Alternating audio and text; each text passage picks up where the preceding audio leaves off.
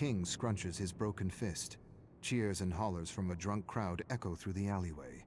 He stares at his fallen opponent, bleeding face, busted nose, chipped teeth. He kicks him in the mouth to put the finishing touches on his handiwork. He never lost a fight. Not now. Not ever. Always bet on King. He glances over the crowd, spots Donnie, an old friend with a gambling problem. Not much of a problem if he continues to bet on me. King looks at his watch. He's late for a family meeting. King's father gives his mother hell for talking back for something he didn't quite understand. It's always the same crap. King grinds his teeth. Blood and warmth rush up his face. Every scrap, every single one he won because he saw his father's face on his opponent. He wants to lash out, to say something, anything. But to say something is to be cut off. But this time he's not thinking straight, or maybe he is. His father raises a hand to strike his mother. It happens faster than the thought to perceive it. One moment he snatches his father's arm, the next he's beating him black and blue for years of accumulated shit. He walks away while his mother tries to help his father up. You're out. Never show your face here again, ungrateful bastard. Get out. He never really had friends. Not real ones, anyway. He had an entourage. A group of sods enjoying the high life with his credit card. Now he has no one. Not a single bloody friend to help him out. He had friends once upon a time in school, but that was long ago. He needs money. But money doesn't grow on trees, and no one wants to challenge him. Not after what he did to his last opponent.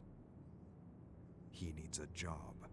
His accounts are near empty, and his old careless spending habits are hard to break. He meets with Tommy. Tommy has no room for him in his apartment. Wishes he did, but he doesn't. Mick wants to help, but his old lady won't let him. Same with Bill. And Harry. His ex has moved on, and she doesn't want to see his face. Something about being a shithead. He can't live in a hotel room forever. It drains the account. He remembers a face he recently spotted in a crowd at his last scrap. They were friends since they were toddlers. He was a genuine friend, even if they went separate ways. King looks him up. Castle Drive. He hails a taxi. King hasn't felt real in a long time. He sits in Donnie's apartment drinking old ale, realizing how much he misses genuine heart-to-hearts. Donnie was his friend before he realized he came from money. The rich aren't really rich. He's not sure why he thinks this or what it means. It's just a random thought. The ale talking, as it were.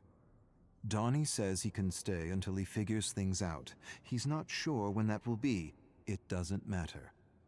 A sudden rap at the door startles him. Donnie stands, opens the door to reveal a few men in black leather jackets. Muscle. King doesn't hear much. What he does hear, he doesn't like. Donnie owes money and can expect a bundle of lead in the face if he doesn't pay. He laughs when he returns to the kitchen table. It's your fault, King. I don't know who to bet on anymore. King lost his last 3 jobs and is going back to what he does best. A challenger steps into the circle in the dimly lit alley, double his size, massive. King doesn't care. A head's a head. He'll go down like the others. Crowd calls him the Ghetto Masher. The Ghetto Masher glares at him.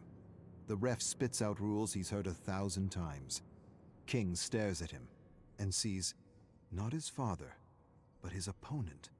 A bell sounds. With a bestial snarl, the Ghetto Masher lunges. King evades a wild blow that would have ripped his head off. He feels strange, unresponsive, confused. Donnie screams at him. He glances at him as he receives a massive fist to the skull. Black swirls across his eyes. He doesn't remember the thud against his skull. He doesn't remember his legs buckling. He doesn't even remember collapsing in a pile of festering garbage. He only remembers waking up on the couch in Donnie's apartment. He's lost his edge. His anger. His rage. His hate. Was that all he was? Donnie's asking if he's okay, and he's not sure. Am I okay? Will I be better? I don't know. Was it just a fluke? A lucky shot? Happens to the best. I feel wrecked. I am wrecked. Donnie bet the last of his cash on him. King's getting the hang of working behind a bar. Donnie sips a beer and tells him he needs to find another reason to fight. King tells Donnie he needs to get home before the beer he's drinking turns to piss, before he gets in trouble. Too late. King spots two men. They approach Donnie, grab him, usher him into the basement. Not a good sign. King rushes to help, but his manager yells at him to stay behind the bar. Screw it.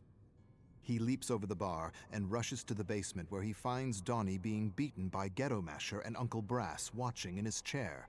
King doesn't hesitate. He tackles him. They exchange deadly blows. Ghetto Masher can hardly keep up. Uncle Brass sends others after King. Doesn't matter. King's a whirlwind of destruction. He cracks Ghetto's knees and thrusts his thumbs into his eye sockets. An eyeball pops out, still attached to a series of nerves. Cries of terror. Ghetto Masher cups his eyeball, screaming for medical help, staggers and slams against the wall as more ruffians attack. Stop! Uncle Brass stands and approaches. It's well within my power to rip your fucking head off for what you did to my boys. King staggers to his feet. Not a bloody joke, am I? His debt is paid if you work for me. He straightens up and brushes his jacket, smiles. Always bet on King.